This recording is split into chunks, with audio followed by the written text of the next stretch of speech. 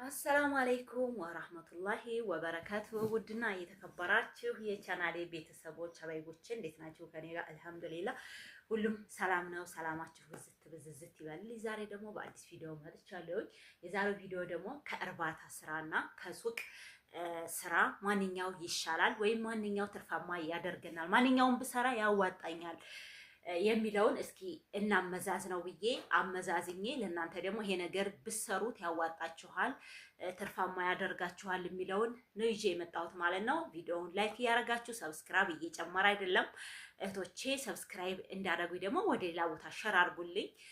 በቃ በተቻላችሁ ነገር አግዙ። በቃ እናንተ በዚህ ነገር እናግዛታለን በምትሉት እህቶቼ ማለት ነውና ሰሞኑን ደግሞ ብዙ አይደለም አንዳንዴ ቪዲዮ ስናጠፋ ዩቲዩብ የሆነ ሸር የማድረግ እንትን አይኖረውም እና ቪዲዮ ስራ ጠፋሁ ሁለታ ሸር እያደረገልኝ አይደለም። እስኪ እናንተ ሸር አድርጉልኝና አመላክቱት ማለት ነው። እና ዛሬ እንግዲህ ማንኛው ይሻለናል ለምትሉ ወይም ብዙዎቻችን እንደው እንደ አቅጣጫችን ወይም እንደው አመለካከታችን እንደገና ደግሞ እንደ ቪዲዮዬ የምትከተሉት ብዛት የሚከተል ህዝብ በእርባታ ስራ ላይ ነው ማለት ነው። አገራችን ብንሄድ እርባታ ያዋጣናል የሚል ነው ማለት ነው። ቻናሌ በብዛት ተመልካቹ ማለት ነው እህቶቼና እስኪ ማንኛው በደንብ ያዋጣናል የምንለውን ከእርባታና ከሱቁ ማለት ነው እህቶቼና የሱቅ ስራ የምንፈራበት የራሱ ይሆናል እህቶቼ። የሱቅ ስራ አያዋጣም 100% የሚባል ሳይሆን ግን የምንፈራበት ሚስጥር አለ።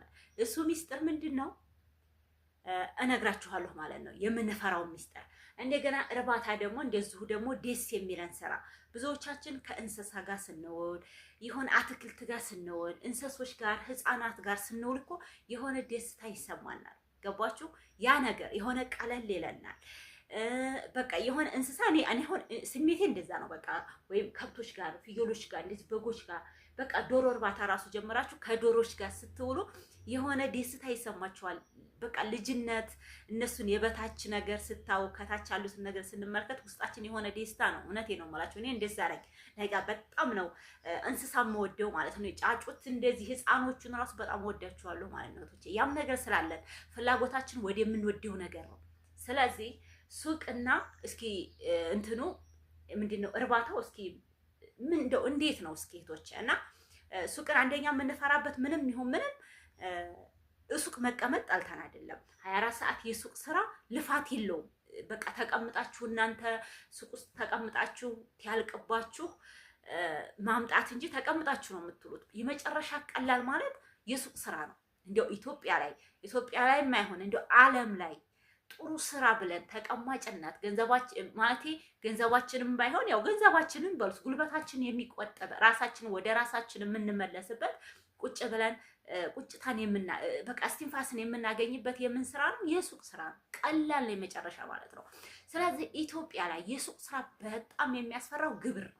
በቃ ግብር አገራችን ላይ የሆነ ሸቀጥ አምጥታችሁ ለምሳሌ በ50 ሺህ ብር እንበል የ50 ሺህ ብር ሸቀጥ አስገብታችሁ ያንን 50 ሺህ ብር ታሰሩት አትቀሩም ወይ በወር በሁለት ወር ታመልሱት አትቀሩም። ግን ምንድነው በወር በሁለት ወር እናንተ ወደ ሌላ ሀጃ ገብታችሁ ነው የምታገኙት ማለት ነው። እራሳችሁን ከመዘጋጃ ቤት ነው የምታገኙት። ገባችሁ? ግብር ለመክፈል ማለት ነው ግብር ኢትዮጵያ ላይ። ስለዚህ በጣም የሚያስፈራና በቃ ወደዛ ቦታ እንዳንሄድ አድርጎ የሚገድበን እኔ ሱቅ ነበረኝ ቢያንስ በቃ መጋዘን በሉት ማለት ነው። ፍራሽ፣ ትራስ፣ ልብስ እነዚህ ነገሮች እሱን ትቼ ነው እኔ አሁኑ ሂጄ የመጣሁት እሱን ትቼ ነው እሰራ ነበረ ማለት ነው እህቶች እና እንደናንተው ኢትዮጵያ ሆነው የሚያስተምሩትን ልጆች እያየሁ ወደዛ ቦታ ገባሁኝ እና እዚህ መጥቼ ለባለቤት ምን መስራት አለብን፣ የሆነ ስራ መስራት አለብን፣ እንደዚህ ስሩ እያሉ በሚያውት የሆነ ስራ መስራት አለብን ብዬ ስነግረው ይሄ ፍራሽና ትራስ ልብስ በቃ አምጥቶ እሱን ነገሮች መስራት ይሻለናል ብሎ ያንን ነገር ጀመረ። እሱ በጀመረ በ7ኛ ወሩ መጣሁኝ ማለት ነው። 7 ወር ሙሉ ቲሰራ አልከፈለም። የግብር አልጀመረም። ለምን ይመጡበት ወዘክቶ ይሄዳል ወይ የሆነ ነገር ወይ መምጫቸውን ብዙ ጊዜ እንግዲህ ሮብና እንደዚህ ሰኞ ሊሆን ይችላል። በዛን ቀን እንደዛ ያረገ 7 ወር ሙሉ በነፃ ሰርቶ በ7ኛ ወሩ እኔ ስመጣ እኔን ያዙኝ ማለት ነው። እኔ ቁጭትን ግብር ተከፍያለሽ አለዛን ቆልፈዋልን ዘጋዋልና ሽገዋልን ሲሉኝ ወደ መክፈያ ቦታ ሄጄ በቃ መክፈል ጀመርኩኝ ማለት ነው። ቀየ መጥቶ ስንት ነው የሚሸጩ፣ በቀን ስንት ነው የምታገኙ፣ የወር ገቢ ስንት ነው፣ ያ ሁሉ ይጻፋል ማለት ነው። ያ ሁሉ ተጽፎ እንደገና ተወራርዶ ስንት መክፈል እንዳለብኝ 1350 ብር 45 ብር 1345 ብር ክፈይ ተብዬ ያ ወረቀት መጣለኝ። ሂጄ ተከራከርኩኝ። እንደዚህ በወር ገቢ የለኝም ብዬ ምናምን ይግባኝ ጠየቅኩ። በቃ እንደዛ ትል በጣም የሚያስጠላ ህይወት ሆነ። በቃ ገባችሁ? ያንን ሳይ ግን ወደ 3ኛ ዓመታችን ሲሆን ነው 3 ዓመት የሚሆን ሰርተንበታል። እሱ እስከሰራው ድረስ ማለት ነው። እናቶቼ ሱቅን የመጨረሻ አገራችን በቃ ተቀማጭ ሰው የሚሰራው ስራና ትርፍ የማያጣ ከማስቲካ ተብስኩት ከምናምን ከውሃ በተለይ ውሃ ይሄዳል ሀገራችን ላይ ማለት ነውና እንደዚህ ቤፕሲ ምናምን ብዙ ነገሮች ይሄዳል። ግን ችግሩ ምንድነው? የግብር እዛ ቦታ የማታገኙ ሽጣችሁ ትርፉን የማታገኙ ቦታ ምንድነው? የማታገኙትን ግብር ክፈሉ ትባላላችሁ። ስለዚህ በቃ ሱቅን ሰው እየሸሸ ነው ያለው እየሸሸ አሁን በመንገዱ ምክንያት ከዚህ ያነሳ እዛው ገበያ ድረስ መናኸሪያ ድረስ ሱቅ ነበር መንገዱ ማለት ነው። በቃ መንገድ ስር እንደዚህም በዚህም ማለት ነው። አሁን ግን ምንም የለም። ገባችሁ? ያሉት ራሱ እየተመረሩ ነው ያሉት። ገባችሁ? አንደኛ ሄድላቸው፣ ሁለተኛ ደግሞ እያሻቀበ ነው። ዛሬ አንጥተውት ነገ ሲጠይቁ ጨምሯል ነው የሚሏቸው። ጨምሯል። እኛ ደግሞ እንዴት ትጨምራላችሁ?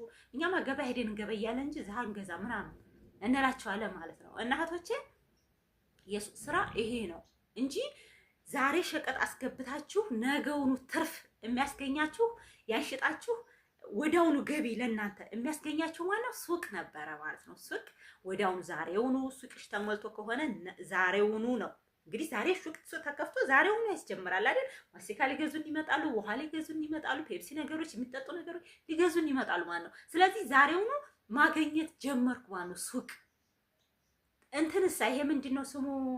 እርባታ ማለት ነው። እርባታ ገንዘባችንን ለወዲያው ገባችሁ? ለወዲያው ያኔ አሁን በቃ ከብትም ይሁን ፍየልም ይሁን ዶሮም ይሁን ማንኛውም ነገር ዛሬ ዶሮ አምጥተን ዛሬውኑ ትርፍ አናገኝባትም። ፍየሏን ዛሬ ገዝተና ዛሬውኑ ትርፍ አናገኝባትም። ግን ለወደፊቱ ብሯ እየጨመረ ይሄዳል ማለት ነው።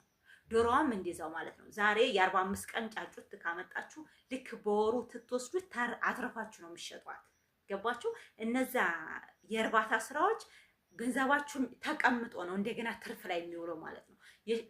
የሸቀጣ ሸቀጥ ስራ ግን ዛሬውን ሸቀጥ ታስገባላችሁ፣ ዛሬውኑ ወደ ትርፋማ ወይም ወደ ገቢነት ይቀየራል ማለት ነው እህቶች። ስለዚህ ኢትዮጵያ ላይ በጣም አሪፍ የሚሆነው ሱቅ ነበረ። ለምን ዛሬውኑ ገንዘብ አያሳጣንም። ገባችሁ? አያሳጣንም። ለምሳሌ እኔ 10 ሺህ ብር አለኝ። 10 ሺህ ብር በቃ የሆነ ዶሮ ወይም ምን የሆነ ነገር አመጣለሁ ልበል። ስለዚህ ያቺ 10 ሺህ ብር ባገኛት ቢያንስ ከ2 ወር በኋላ ትርፍ የምሆነው ማለት ነው፣ ወይም ከ3 ወር በኋላ ሊሆን ይችላል። ግን ዛሬ የ10 ሺህ ብር ማስቲካ ምናምን የሱቅ ዕቃ አምጥቼ ዛሬውኑ መጀመርና ዛሬውኑ መሸጥ እችላለሁኝ። እጄ ባዶ አይሆንም። የሆነ ችግር ቢያጋጥመኝ ተዛ የተሸኳት ወደ ሆነ ቦታ አደርጋለሁ ማለት ነው እና በእርግጥ ሁለቱም አይከፋም። ይሄም ብር ይዞ ይቀመጣል፣ ይሄም ዛሬውኑ ጀምሮ እጃችንን አያሳጣንም።